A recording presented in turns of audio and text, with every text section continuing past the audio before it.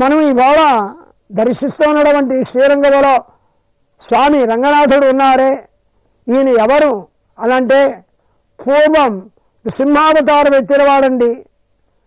నృసింహుడుగా అవతరించి హిరణ్యకశిపుని సంహరించాడే, అతడే ఇప్పుడు మనం సందర్శించడానికి వీలుగా శ్రీరంగంలో దర్శనమిస్తూ ఉన్నాడు అని అంటున్నారు ఆళ్వార్. ఉరంభక్తి ఇరణీయనై అనే పాశం. ఆళ్వారికి భగవంతుని యొక్క దివ్యరూపమైనటువంటి అర్చామూర్తిగా వేంచేసి ఉన్న రంగనాథుని యొక్క సౌందర్య వైభవాన్ని సందర్శించడమే కాకుండా ఆ స్వామి వేంచేసి ఉన్న క్షేత్రము కూడా పరమభోగ్యంగా అనిపిస్తుంది వారికే కాదు, ఈనాడు అహృదయంగా వెళ్ళిన మనకు కూడా ఆ దివ్యేశం అంత సంపుగా కానవస్తూ ఉంటుంది. అక్కడ ఉన్నటువంటి పంట పొలాల్ని, వరి కంకులను, వాటిని అన్నిటిని కూడా వర్ణిస్తూ ఉన్నారు. ఇది ఒక పరమ అద్భుతమైన వర్ణనాత్మకమైన పాశురం.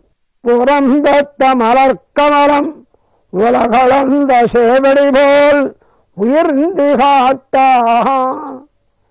శ్రీరంగంలో పొలాల్లో ఆ వరి ఉన్నదే, అది చాలా ఎత్తుగా ఉన్నదిట.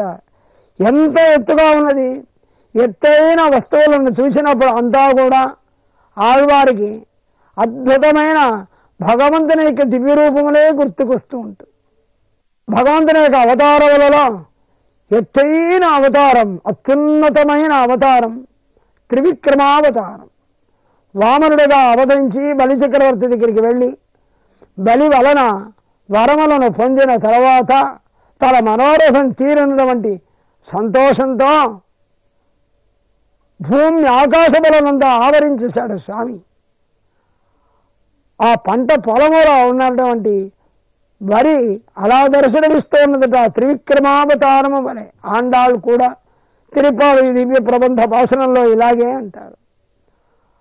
ఎత్తుగా ఎదిగినటువంటి ఆ వరి కంకుల భారం చేత అలా వంగిపోయి ఉన్నది, తల వంచేసి ఉన్నాయిట. నిత్యసూరులు ఈ స్వామికి ఇలా దర్శనం చేయాలి, మనం ఇలా దండము సమర్పించాలి అనే దాన్ని తెలియజేస్తున్నాయా అనేటట్టుగా ఉంది అంటారు. వరంబత్వ కదిరిసెన్నల్ తాళ్ సాల్తి తలవణకం శిరస్సు వంచి సాష్టాంగ ప్రణామం చేయగలే భగవంతుడికి అని తెలియజేస్తూ ఉన్నాయి అక్కడ ఉండేటటువంటి వరి అని అంటారు ఆళ్వారు. అటువంటి చల్లనైన తిరువరంగ క్షేత్రంలో స్వామి వేంచేసి ఉన్నాడే రంగనాథుడు. ఆయన ఎవరు? ఒకనాడు నృసింహమూర్తిగా అవతరించిన వాడు అని నృసింహావతారములో స్వామి హిరణ్యకశిపు వధన ఎలా చేశారో దానిని తెలియజేస్తూ ఉన్నారు. మొదటి 2 పాదములలో ఉరంభక్తి ఇరణియనై. ఇరణియన్ అంటే హిరణ్యాసురుడు, హిరణ్యకశిపు. ఇరణియనై ఉరంభక్తి, అతన్ని సంహరించడానికి తన ఒడిలో వేసుకున్నారు హిరణ్యాసురుని. ఉగిర్నుదియాల్ ఒళ్ళియమారు ఉరైక్క ఊన్ని. హిరణ్యకశిపును తన ఒడిలో వేసుకుని అతని గుండెని చీల్చారు. ఆ నఖములను అదిని పట్టి సంహరించిన తీరుని, ఆయనకు ఉన్నటువంటి ఒక ఆగ్రహాన్ని, సింహునికి హిరణ్యకశిపు విషయంలో కలిగినటువంటి ఆగ్రహాన్ని తెలియజేస్తూ ఉన్నది. ఉరైక్క ఊన్ని శిరంబత్తి ముడియిడియ కండుదంగ వాయలరా తజిత్తా. హిరణ్యాసురుణ్ణి తన ఒడిలో వేసుకున్నప్పుడు అతని యొక్క కిరీటమును భంగపరిచాడు. కిరీటం జారి నేలబడేటట్టుగా చేసి, నోరు తెరవేసి, గుడ్లు తెరవేసేటట్టుగా చేసి సంహరించాడు. ఆ సంహరించిన క్రమాన్ని ఆళ్వారు పరమ అద్భుతంగా ఆ దివ్య రూపం, ఆ దివ్య సంహారం ఇలాగే ఇప్పుడే జరిగిందా అనేటట్టుగా అనిపిస్తున్నది. ఈ పాశురంలో ఆళ్వారి యొక్క ఆ పద ప్రయోగములు. ఒళ్ళియ మారు ఒరెక్క ఉన్ని, గుండెలనే చీల్చేశారు. కారణం ఏమన్నాడు? అతను వరబలం చేత దేవతల వలలో తాను పొందినటువంటి వరముల యొక్క బలాతిశయం చేత శరీరాన్ని బాగా మదింప చేసుకుని క్షుద్రములైన ఆహారములను తీసుకుని పెంచుకుని ఉన్నాడు తన యొక్క గుండెలు.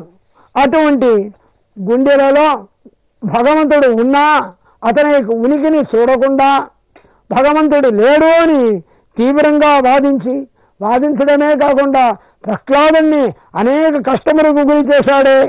అటువంటి ప్రహ్లాదుని రక్షించడానికిగా అతని యొక్క వక్షస్థలాన్ని చీల్చారు. చీల్చేటప్పుడు భగవంతుని శ్రీహస్తంలో ఆయుధాలు లేవా? నృసింహమూర్తిని ఎక్కడ సేవించినా, ఏ అర్చామూర్తిని సేవించినా శంఖ చక్రములు ఉంటూ ఉంటాయి. శంఖ చక్రములు లేనటువంటి నరసింహస్వామిని మనం ప్రాయశః ఎక్కడా దర్శించలేము.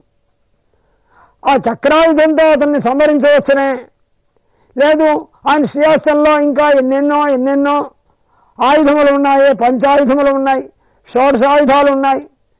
సర్వప్రహరణాయుధ, భగవంతునికి సర్వప్రహరణాయుధ అని ఒక దివ్యనామం సహస్రనామంలో.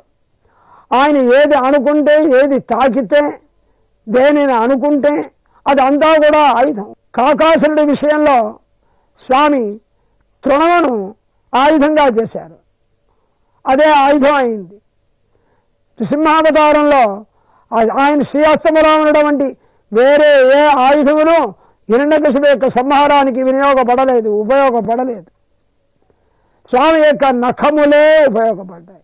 భగవంతుని ఒడిలో ప్రాణాలని విడవడం కూడా అంతటి భాగ్యమే అగా భావించాలి. భగవంతుడిని ఒడిలో పడుకోబెట్టుకున్నవారు ఎవరెవరు? ఆదిశేషుడు, సముద్రాజు, వటపత్రము, ఇవన్నీ భగవంతుడిని ఒడిలో పడుకోబెట్టుకుని అవి ఆనందించాయి.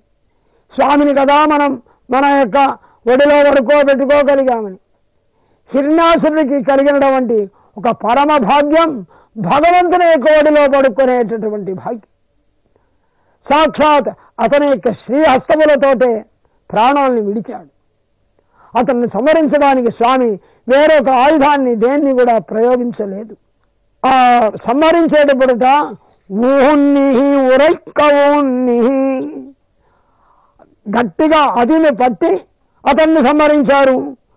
ఆ సంహరించే సమయంలోట అతన్ని ఒడిలో వాల్చుకున్నప్పుడు మెడ దిగువగా వాలిపోయింది, కిరీటం కింద పడిపోయింది. అంటే కిరీటమును తీసి, అంటే అతని యొక్క రాచరికాన్ని తొలగించి సంహరించారు. కంటిదుంగవాయలారా, ఆ హిరణ్యాసురుడి యొక్క ఆ సంహార సమయంలో హిరణ్యకశిపుని యొక్క రూపాన్ని ఆళ్వార్ వర్ణిస్తున్నారు. ఆ స్వామి ఆనాడు భయంకర రూపాన్ని కాకుండా అద్భుతమైనటువంటి సౌమ్యమైన రూపంలో మనకి దర్శనమిస్తూ ఉన్నాడు. శ్రీరంగం తిరువరంగం దివ్యక్షేత్రంలో మనకి ఒక అద్భుతమైన సందేశాన్ని ఇచ్చారు. మీరు సాష్టాంగ ప్రణామం చేయండి. ఎలా చూడండి, తిరువరంగంలో ఆ వరి సాష్టాంగంగా ప్రణామం చేస్తుందో అని అంటున్నారు ఆళ్వారి ఈ పాశనంలో. ఆళ్వార్ తిరువడి విడేశరణం.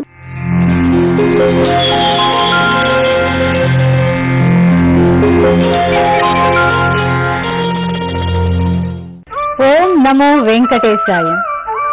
స్వామివారి ఆశీస్సులు, దివ్యాక్షతలు, అమ్మవారి కుంకుమ, పద్మావతి సమేత శ్రీనివాసుని ఆశీర్వచన పత్రిక, ఇంతకన్నా మనకు కావాల్సిందేముంది? అవి మీ పుట్టినరోజును, పెళ్లి రోజును, గృహప్రవేశ సందర్భంలోనూ షష్ఠి పూజకు లభిస్తే అంతకన్నా అదృష్టం వేరే ఏముంటుంది? స్వామివారి ఆశీస్సులను తిరుమల దేవాలయ అర్చకుల ద్వారా మీకందరికీ అందించటానికే శతమానం భవతి అంటూ మీ ముందుకు వచ్చింది శ్రీ వెంకటేశ్వర